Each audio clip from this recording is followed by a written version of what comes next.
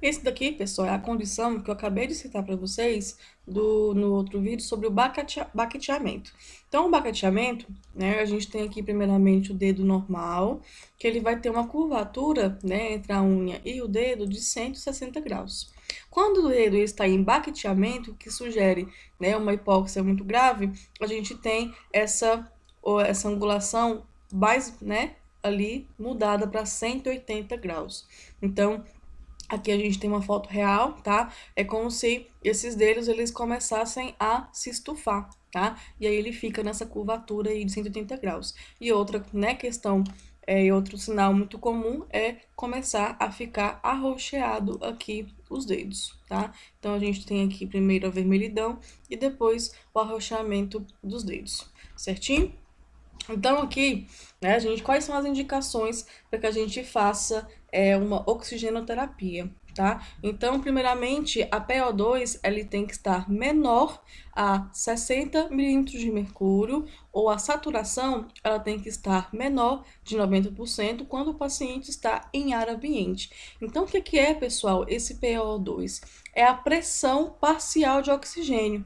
Essa pressão, ela é necessária para avaliar o movimento, né, do oxigênio nos pulmões. Então, ele consegue nos dizer se o oxigênio ele está circulando ali naquele local ou não, tá? Então, quando estiver menor que 60, essa pressão parcial, ela, né, vai estar indicando para o paciente usar oxigenoterapia. A saturação, ela, né, a saturação, ela significa a medição de quanto, né, de oxigênio o sangue consegue transportar. Então, aqui, quando está em ar ambiente, a saturação tem que estar em menos de 90. Se tiver menos de 90, vai ser uma indicação. E se tiver menos de 38%, em deambulação ou então exercício físico, que aí a gente consome, né, mais oxigênio, então é normal estar menor aí do que, né, 90, certinho? Então, de novo, se a saturação estiver em 90% em ar ambiente, nós vamos ter uma indicação de oxigenoterapia, e se o paciente estiver andando ou então praticando atividades físicas e apresentar menor que 88, também é uma indicação de oxigenoterapia. E a M, que é infarto agudo do miocárdio, também se acontecer, é uma terapia indicada. E a gente tem a intoxicação por outros gases, né? Aqui eu coloquei o monóxido de carbono, que são gases presentes aí de derivados do petróleo.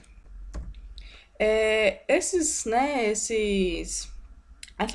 oxigenoterapia, ela tem algumas funções, tá? Os efeitos fisiológicos dela são quais? Eles melhoram, então, a troca gasosa pulmonar, a vasodilatação arterial pulmonar, que aí a gente consegue, né, ter uma passagem maior de sangue, diminuição da resistência arterial pulmonar, diminuição da pressão arterial pulmonar e diminuição também do trabalho da musculatura cardíaca, porque se o corpo está sofrendo, que não está recebendo oxigênio, o coração ele vai tentar recompensar, tentando enviar mais sangue pelas veias e pelas artérias, com o intuito de que haja uma maior troca gasosa. Então, a gente consegue também melhorar esse efeito com a oxigenoterapia. Pode haver algumas complicações, apesar da oxigenoterapia ser um tratamento do paciente, podem haver algumas, né, complicações. A primeira delas, que é a mais comum, é a intoxicação por oxigênio. Então, aqui a gente tem, né, uma concentração maior que 50%. Então, o paciente, ele deve, quando ele tem necessidade, ele deve receber oxigênio, porém, ele tem que receber o oxigênio né, na medida certa. Então, a gente tem, quando acontece essa intoxicação, a gente tem uma produção excessiva de radicais livres, sobre produtos, né, do metabolismo celular que podem provocar lesão ou morte celular. Então, esses subprodutos, pessoal, acontece quando há aquela troca gasosa, há a respiração celular. Então, essas células, elas acabam né, produzindo esses subprodutos, e quando esses subprodutos eles não são esterilizados, a gente acaba também entrando, né, em morte celular, tá? E aí os sinais e sintomas, quando acontece esse tipo de problema, é a tosse seca, dor torácica, subesternal, parestesias, fadiga, diminuição da complacência pulmonar, diminuição da difusão, edema pulmonar, SDRA e até chegar na morte, tá? Então, o paciente, ele pode morrer com essa condição, tá? Esse SDRA é síndrome respiratória aguda. Outra complicação que pode acontecer é a supressão da ventilação. Então, pacientes com DPOC, eles possuem baixo oxigênio sanguíneo, tá? Sanguíneo aqui. Então, estimula a respiração.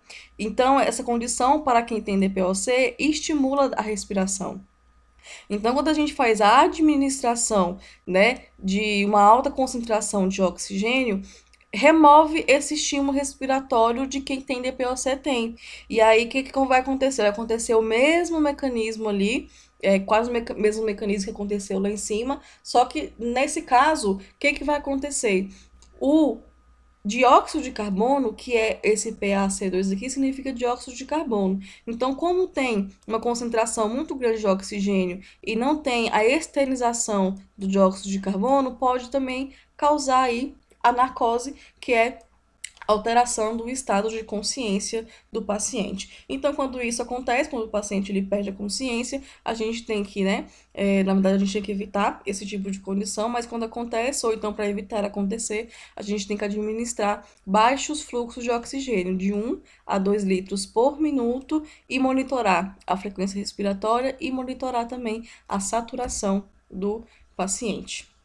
A gente tem aqui, falando um pouquinho, né, continuando falando sobre denominações, nós temos aqui a FiO2. A FiO2 significa a fração inspirada de oxigênio, tá? E é a quantidade de oxigênio que a gente precisa para poder realizar a respiração. Então, quando a FiO2 ela é de 30 a 50%, a gente vai indicar 2 litros, né, por minuto, a partir de 2 litros por minuto. Quando a FiO2 ela é estimada, a gente tem a FiO2 atmosférica, então a pressão atmosférica, mais 4 vezes o valor do oxigênio ofertado, para a gente poder calcular a fração de oxigênio que foi administrada no paciente, tá? Coloquei aqui para vocês só por questão de curiosidade mesmo, que quem faz esse cálculo é o médico, tá?